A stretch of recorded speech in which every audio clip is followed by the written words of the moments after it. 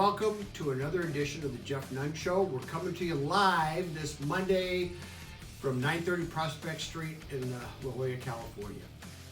Today we're going to talk about one of my favorite subjects, and that is when agents come to me and they say, Jeff, what do you think about, should I buy leads?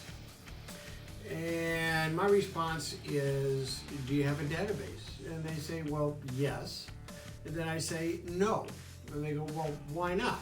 And I say, because you already have leads in your database that you're ignoring.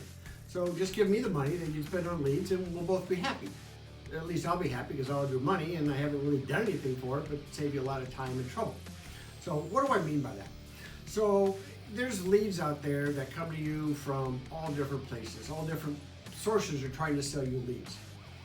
When in fact, they're just people that might have clicked on a website, have no desire to buy a home, no intention of doing anything soon, but you're paying for them, and then you dump them into your database. Hopefully, most agents don't, but then you dump them into your database and you treat them like everybody else in your database, and that is you ignore them. Sorry, but that's typically what happens. So let's do a little deep dive into an analysis of the potential of, if you actually worked your database, what it could provide for you in terms of money, all right? So let's start with, what if you have an average of 500 leads in your database, 500 people in your database, which most people do. Now, I'm going to suggest to you, you do step one, and that is you search everybody in your database immediately. Stop whatever you're doing, search everybody. Go to Google, go to LinkedIn, go to Facebook, go to Instagram. Look up the property that they're in the MLS, see how long they've been there. Go into the tax records and see if maybe they've owned other properties. Now, you've learned a lot about them, haven't you? And my question is, why haven't you done this before? What are you waiting for? These 500 people, and anybody will tell you this that I've ever spoken with in real estate. I don't care if it's Tom Ferry, Mike Ferry, Brian Buffini, David Knox, Chris Leader, and now Jeff Nunn, are going to tell you that if you have 500 people in your database, you're going to have about an 8% activity rate, and that's 40 deals out of 500 people. So we're going to get into the math on that in just a second, but just don't overlook the potential of what your database can provide for you. Now, most of you have 500 names in there, but you might not have their email addresses, you might not have their phone numbers. What good is that? How are you going to communicate with them? You've got to do some groundwork here if you're going to be successful in this business. And there's no other way I can say it except that there is work that needs to be done in our business, and most agents are reluctant to do it because it's not sexy, it's not fun, it's laborious, but you know what? That's part of the job of being a successful real estate agent. Now, you have to call everybody, and I mean call everybody. I'm not talking about leaving messages. I'm not talking about, a note card now and then. You have to call everybody, reintroduce yourself, and let them know who you are, what you're doing, and what purpose you hope to serve in their life at some point in time. And why do we do this? Because although they're in your database and you think you might get business from them, they might not know they're in your database. So that's the big disconnect, okay? You with me so far? So number one is you've got to have their accurate contact information. And Coldwell Banker has come out with one of the best programs I've ever seen to help agents build a relationship of value with the clients or the potential clients in somebody's database, and it's called Client for Life. Now, what is Client for Life? Most agents I've dealt with, and I've dealt with thousands over the years, I've got 120 here in my office right now, and their one big hesitation, if you will, in contacting people in their database is, I don't know what to say to them. I don't want to bug them every month. You want to buy, you want to sell, you got somebody you want to invest, you got somebody you want to refer. So they don't make that phone call.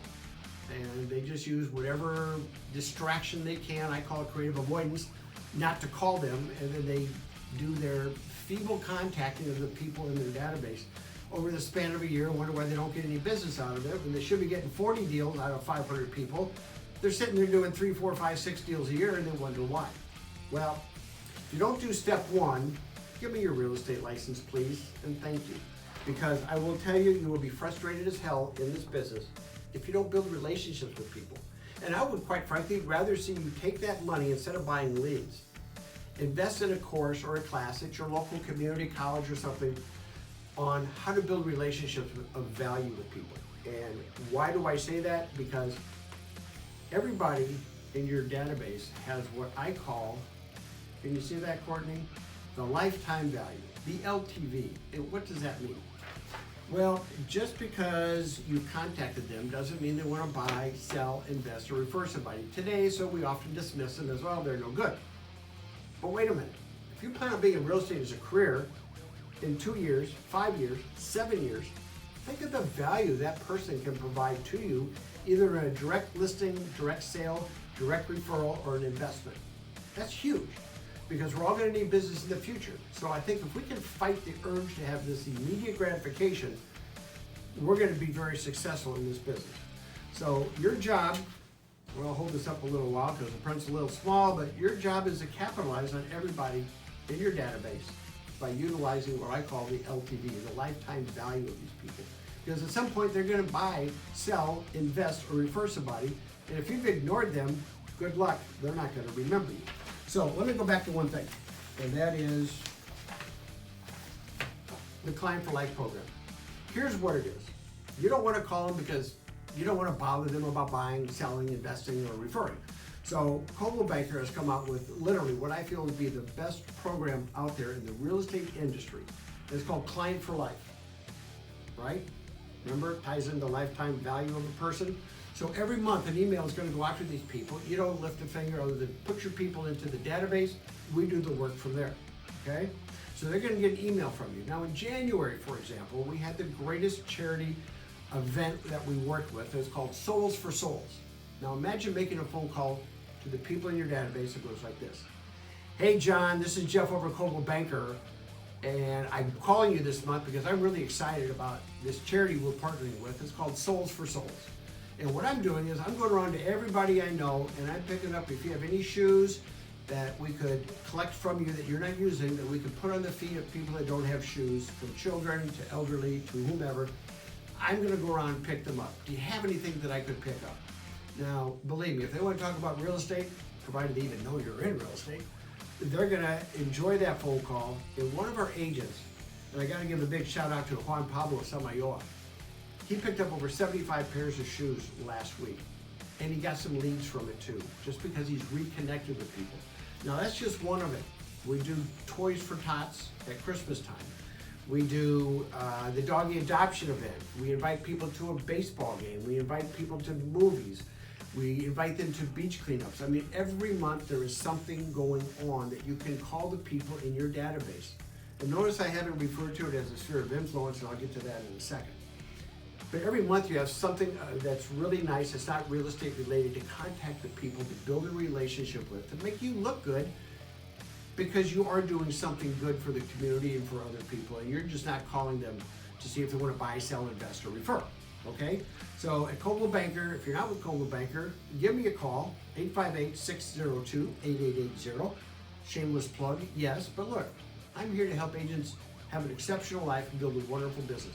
And the only way I can do that is if I can get you engaged in a program like this, to really, where you are actually utilizing your database and exerting influence over them. And I mentioned that a moment ago.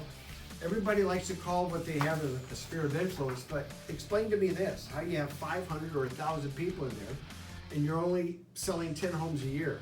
How much influence do you really have over them? Be honest with yourself. You've got next to zero influence over those people, because they're not thinking of you when they're thinking of real estate. Because you know as well as I do, out of 500 or 1,000 people, if you sold 6 homes a year, there's a hell of a lot more real estate activity transferred of that number of people. It just wasn't with you. So let's take a look at running real estate, your real estate business, like a business. I want to go into some numbers here, which is going to shock you, I think.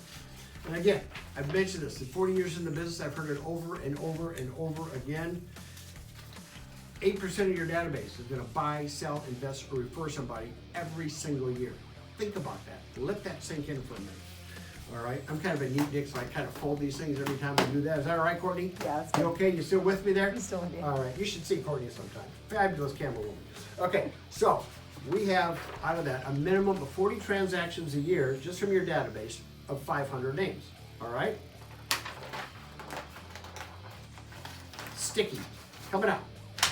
Notice, I haven't called that a sphere of influence because it's not yet.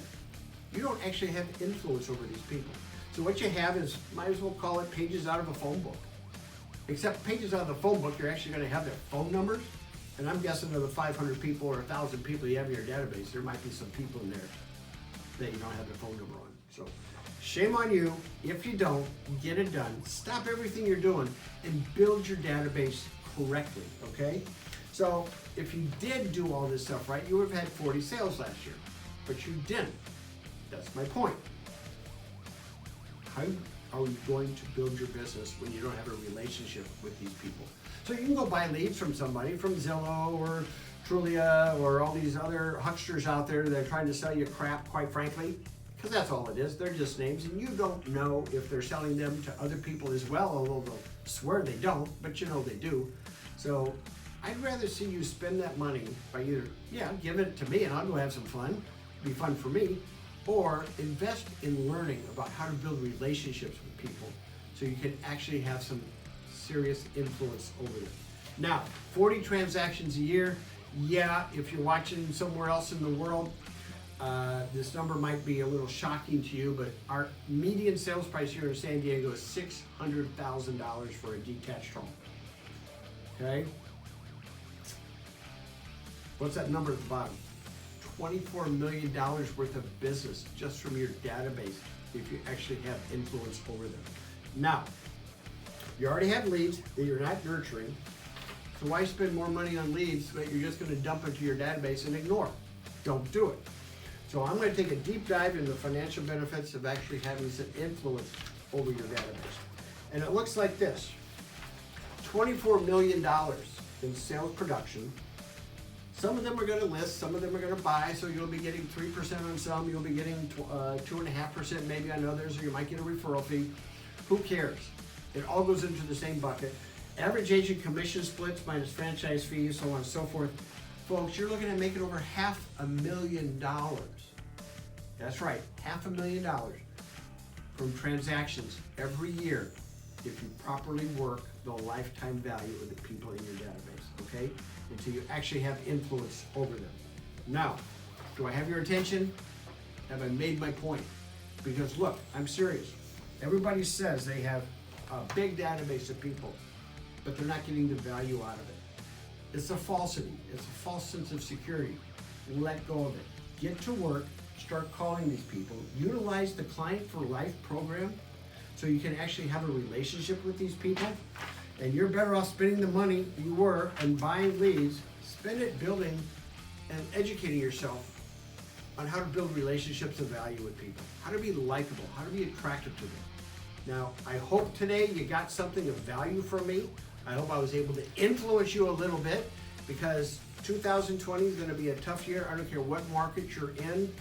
There's too many agents fighting over too few sales, too few transactions. I don't want you to be one of those that's left behind. So I hope you found some value in this. Don't buy leads. Invest your time in talking and building relationships with those people that might already know you a little bit, those people in your database, until you actually have influence over them. That's all I have for this week. Jeff Nunn signing off from Coldwell Banker here in La Jolla, and another episode of the Jeff Nunn Show. You guys have a great week. Thank you very much.